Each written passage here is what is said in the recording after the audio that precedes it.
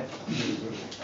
Donc en fait, le fantastique aujourd'hui, c'est marrant parce que j'ai fait ce qu'il ne faut pas faire, j'ai été sur Wikipédia, mais parce que la définition, elle me faisait, je la trouve très drôle en fait, la définition du fantastique, parce que c'est un genre qui a une définition comme ça qui peut paraître hyper simple, mais aujourd'hui qui est hyper compliqué parce que les genres vont s'interpénétrer les uns les autres, vont se polliniser.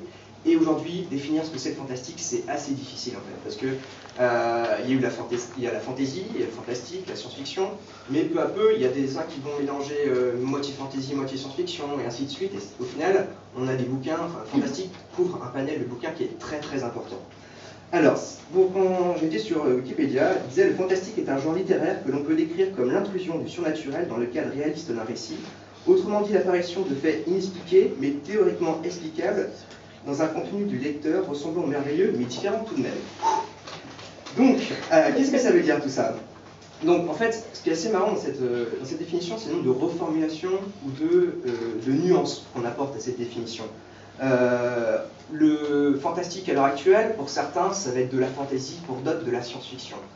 Le fantastique, à l'origine, c'est un genre où on garde l'ambiguïté. C'est-à-dire qu'il y a un moment où le personnage principal va être dans un état d'esprit et il va plonger dans le fantastique, mais à la fin, on retombe quand même sur ses pattes et on se dit, ça se trouve, il l'a rêvé, ça se trouve, enfin voilà. Donc il existe encore des bouquins comme ça aujourd'hui, donc j'en ai trouvé, parce que c'est de plus en plus rare en fait dans la littérature adolescente.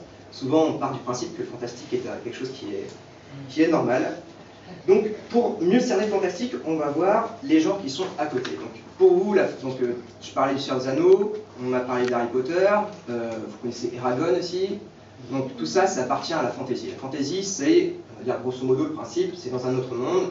Il y a eu quoi? Il y a eu Narnia au cinéma, il y a eu, je ne sais pas si vous suivez la série Game of Thrones en ce moment, qui passe sur Orange. Donc il y a vraiment ce principe d'aller dans un autre monde. Donc la fantaisie, on va dire, coupe les ponts, ce que le fantastique ne fait pas. Alors, certains avaient lu Euclide, non? Non, personne? Si, là-bas. Midnighters non plus, c'est notre série. Léviathan, la dernière, non plus. En fait, Scott Westerfeld actuellement, c'est l'auteur qui gagne tout, qui remporte absolument tous les prix. C'est vraiment pour moi, avec Neil Gaiman, l'autre auteur qu'il faut avoir lu. Donc je vais déjà vous présenter ces livres qui sont plus fantastiques. Et après, on ira voir les Uglies, qui sont plus genre Hunger Games et du coup plus science-fiction. Je les présenterai à la fin parce qu'on va présenter deux livres un peu que fantastiques. Donc, alors, je vais prendre celui-là, et donc Midnighters, qui est... Non, c'est celui-là. Alors, Midnighters, on est aux États-Unis. On suit l'histoire de différents adolescents. Et donc, comme vous savez, dans une journée, il y a 24 heures. Et bien voilà.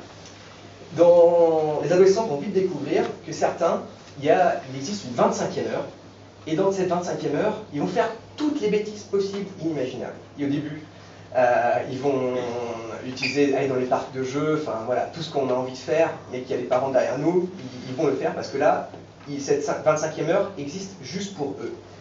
Sauf que, pareil, c'était un peu trop beau pour être vrai, il y a des ombres. Et très vite, ils vont voir une menace qui va se profiler, et l'héroïne s'appelle Jessica. Voilà.